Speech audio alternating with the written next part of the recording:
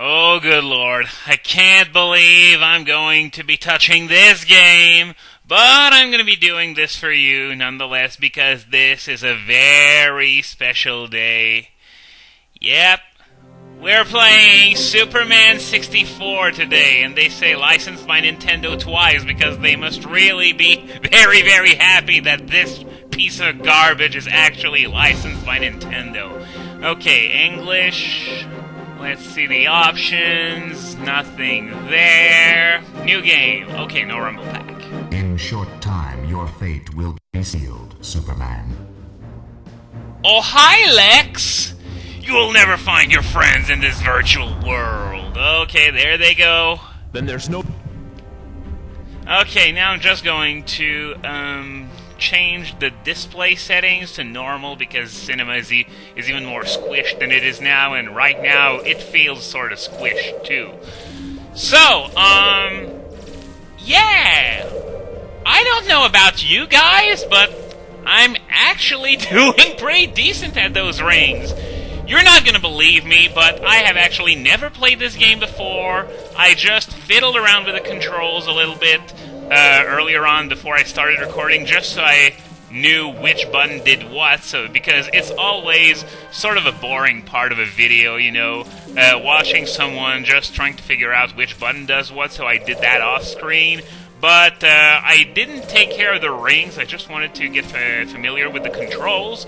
But yeah, look at that! I'm dominating those rings, and the people who were unfortunate enough to play this game, for the most part, they suck at these! The reason why I think I'm doing so well is because I actually heeded Proton John's advice, and I'm not keeping the gas slammed all the way through. Okay, now we're done with the first section of rings already, and how do we... Okay, I was about to ask how do we pick up that car, but you just have to fly into it. Okay, 11 seconds for the second car. I've seen this part 1,000 times, so I knew what to do. I just didn't know what buttons to use.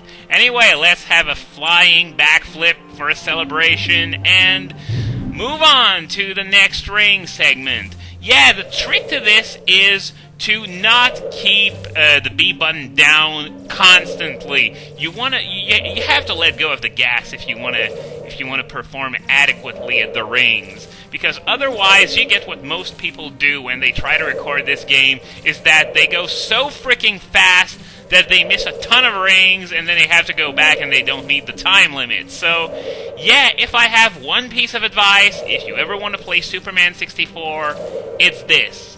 Don't keep the B button down. Release it every now and then. And, in fact, not just every now and then, but more often than not. Because Superman accelerates very, very fast in this game. So yeah, I'm playing Superman 64 for the first time. And already I've probably gotten further than most people did when they tried this game. And I can only imagine the reactions when you saw this video in your inbox. You're like, oh, great, Proton John finally managed to upload a new video. Oh, no, wait, it's Slowflake. Wait a minute, Slowflake? Yeah, I imagine it must have gone sort of like that.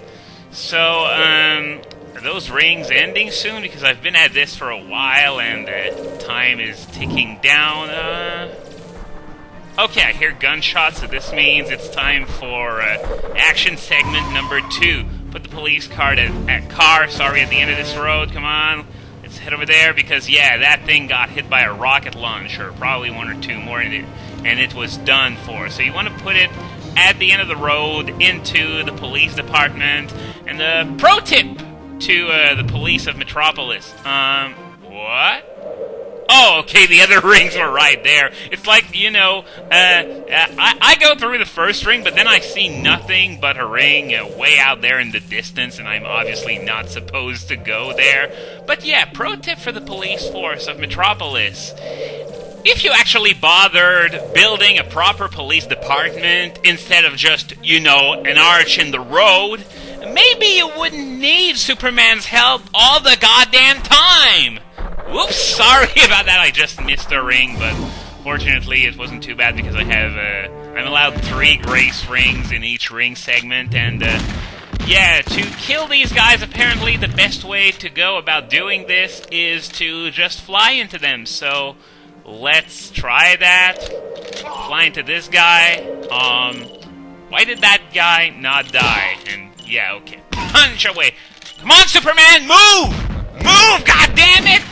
I'm pressing the control stick and he's just not moving, goddammit! What a piece of shit of a game! What the fuck caused me to simply not be able to walk?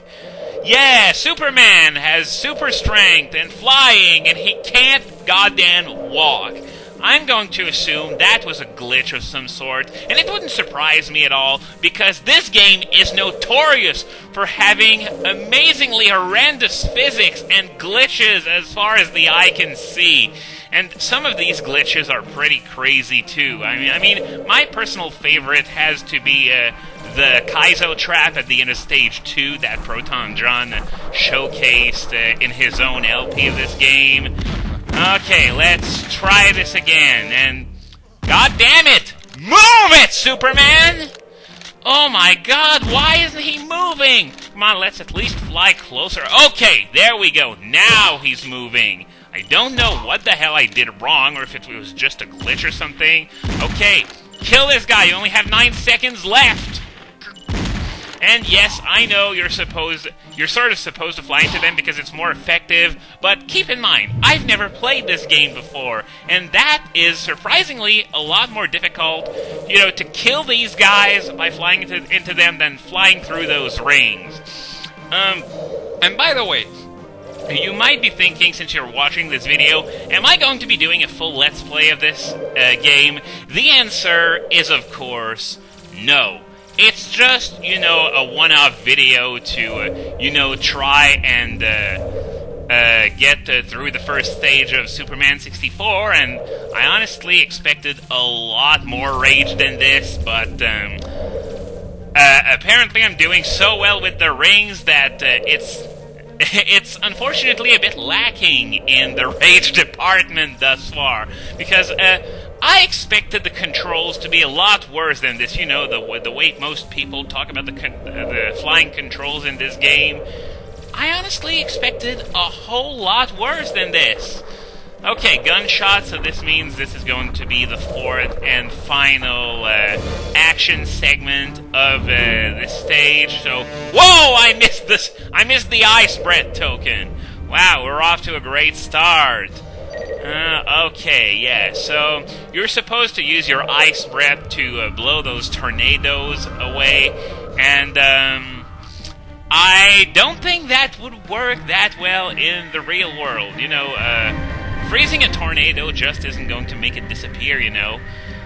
Come on, just disappear, go away. Okay, fine, I'll get closer, since that's what you want. Come on, Superman.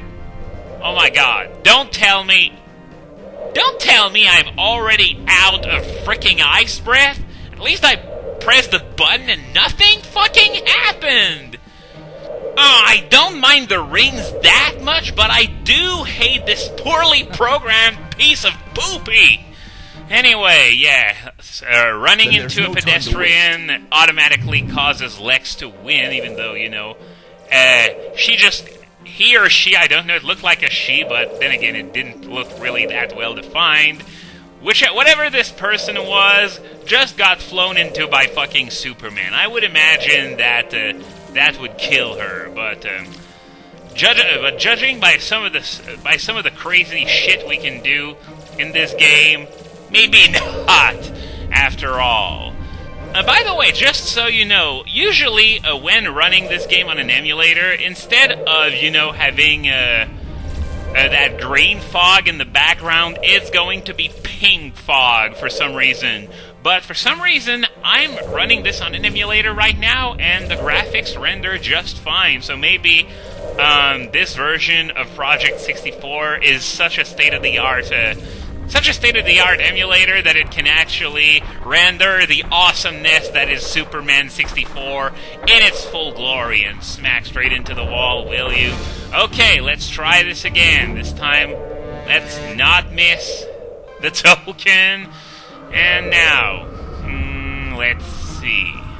Okay, now the ice breath is working, but... Okay, there goes a tornado, and there goes the second one, so... Whoa, I'm flying and I'm still using the ice breath. I don't know if it's a glitch or if it was actually intended. Wouldn't surprise me if it was a glitch, though. Okay, so, oh yeah, now, this is the final ring section of the first stage. Since the way each ring stage is structured is that there are 5 segments of rings separated by 4 mini-games, sort of, such as, blowing tornadoes away, carrying cars, doing shit like that. And this segment introduces us to a new enemy, water! The problem with water in this game is that you can't see through it. So, for example, here, you only know that there's a ring down there because there's the light on top of the ring that's flashing, but you don't, when you're in the water, you have no clue what's outside of the water, and vice versa. So, yeah, having to deal with water is actually really annoying now that I get to do it for myself, but I guess they sort of ease you into it, since after all, this is just the first stage of the game. And it's a first stage that most people who tried this game have never beaten. I believe I am quite accurate in saying that. But, oh, here's some gunshots. I think maybe is the... Oh yeah, this is the end of the first stage. Superman wins. Oh, hell yeah. As I said, I think most people have never seen the game say Superman wins like that. Anyway, that's going to be it for this special episode about Superman 64. And hello, Emulation Glitch. Now, this is another emulation glitch that I know is supposed to happen, but the other one didn't happen, but this one does, for some reason. Anyway, I will see you next time for more Let's Playing action. Whoa. I am not quite done yet, because there's one thing that I've been thinking about that, I have never seen anyone complain about, in this game. Even though, there's about 1 million better things to complain about than this, but still, I think it's worth mentioning because no one ever does. As you may be aware, you need a memory card in order to be able to save Superman 64 games. Now, my beef with that is that, why the fuck would you need that? I mean, let's have a quick look at what this controller pack can do for Superman 64. There are 4 save slots, and the only thing that's recorded in each save slot is your difficulty setting and the level you're at. That means it's a grand total of 8 numbers that the memory card has to remember for Superman 64. Now, since the Nintendo 64 ran on cartridges, why can't you just stuff those 8 numbers on the cartridge? For example, let's take Super Mario 64, the most basic Nintendo 64 game you can think of. It not only had to remember the amount of stars that you had for each of the save files, but it also had to remember each individual star you did or did not get, as well as your high score for each world. So if Super Mario 64's cartridge can remember all that, why can't Superman 64 take care of 8 measly numbers? Was the cartridge so jam-packed with amazing awesomeness that there was simply no room left for 8 numbers? Yeah, this is something to think about because, as I said, no one ever talks about this. Superman 64 should never need a memory card, period. And that ends my rant. See you next time.